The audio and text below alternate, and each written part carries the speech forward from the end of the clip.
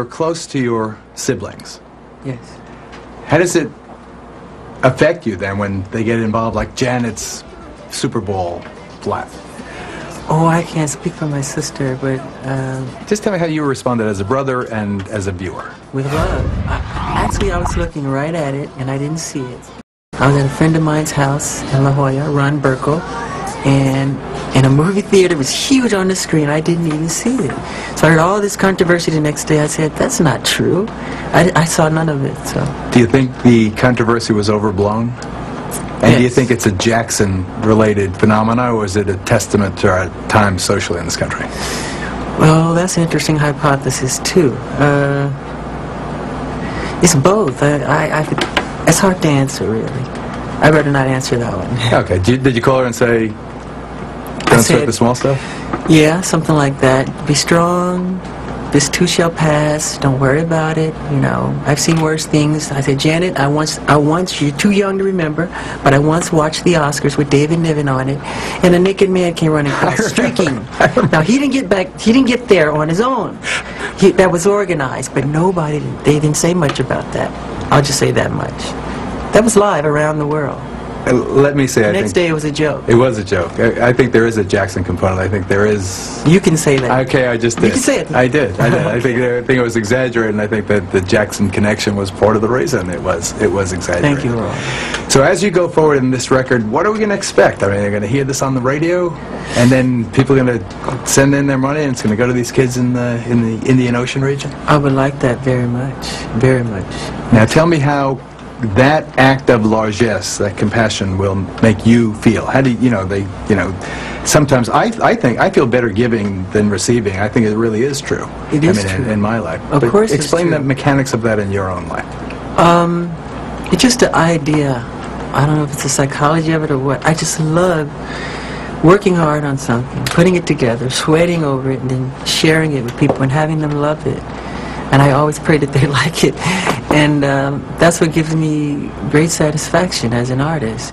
Does it frustrate you professionally or personally when people say that this Jackson project flopped or that happened? Your #1 compilation, for instance, 7.5 million copies. Now I think that's quadruple platinum or whatever it is that you label it, and yet the characterization by some in the music business at least is that you're not, well, you know, you're not, that it wasn't a hit. How do you feel about that? #1, I don't know which project you're talking about, but the compilation, the last one. It was compilation is it's a huge success. 7.5 million. Yes, and that's But how come that's not the headline? It's a huge success. Exactly. Why is the headline? Because negative news, sensationalism seem to sell more than wonderful, positive news, and people rather hear gossip, I think, sometimes, than the truth. And my last 8 albums have all entered the charts at #1, and so people like to sensationalize things and make up stories and rumors, and sometimes... Does it hurt your feelings? Do you want to scream out and say, hey, wait a second, check the numbers? It's a commonology in mankind that I don't like, that part of it, that kind of, you know, envy. But then there's a beautiful side to mankind, too, isn't it? But not to Eminem. We've spoken about it. I think that you should. Why not? Speak about what? About Eminem and this disrespect that he showed you. I'm gonna make you dance, get your chance. Yeah, boy, shake that thing. Oops, I mean girl, girl. Girl, you know you're my world. All right, now lose it. Stevie Wonder said that he was piling on and how really rude it was for someone who made his money from the community, as Eminem has, to now diss the community in a sense, and a racist, and I've said it, very bold-faced, bigoted kind of presentation. Tell us how that hurt you and how you're feeling about it now. I've never met Mr. Eminem, and to have him, I've always admired him, and to have him do something like that was pretty painful as an artist to another artist. And it's sad because, well, I think what Stevie Wonder said is true. And I just don't want to say too much more than that. But he should be ashamed of himself, what he's doing.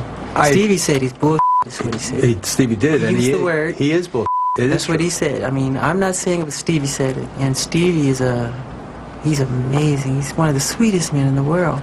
You know. So when Stevie said that, did you feel a tremendous sense of reassurance of brotherly love there? Yes, I love Stevie Wonder. To me, he's a musical prophet, and I always love him. But a lot of people respect Stevie, and he's a very strong entity in this medium, in this business. And when he speaks, people listen.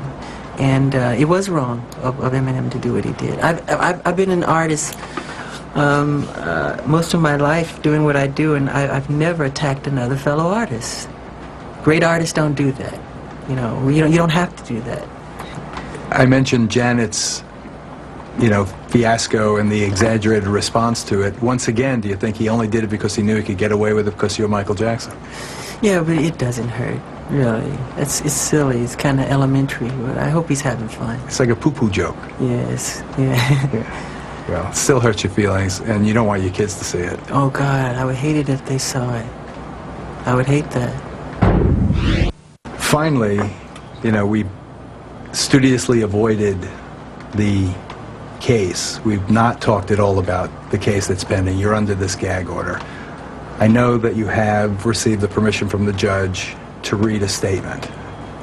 Yes. I hate to end an interview that way, but if you'd like to read that statement now, I think it's important. Sure. In the last 2 weeks, a large amount of ugly, malicious information has been released into the media about me. Apparently, this information was leaked through transcripts in a grand jury proceeding where neither my lawyers nor I ever appeared. The information is disgusting and false. Years ago, I allowed a family to visit and spend time at Neverland. Neverland is my home. I allowed this family into my home because they told me their son was ill with cancer and needed my help. Through the years, I helped thousands of children who were ill or in distress. These events have caused a nightmare for my family, my children, and me. I never intend to place myself in so vulnerable a position ever again. I love my community, and I have great faith in our justice system. Please keep an open mind and let me have my day in court. I deserve a fair trial like every other American citizen. I will be acquitted and vindicated when the truth is told. Anything else you'd like to say? No. Yes, there's something. I would love to have the public's prayers for my children and myself. Okay, buddy, you got it. All right. Thanks. Thank you.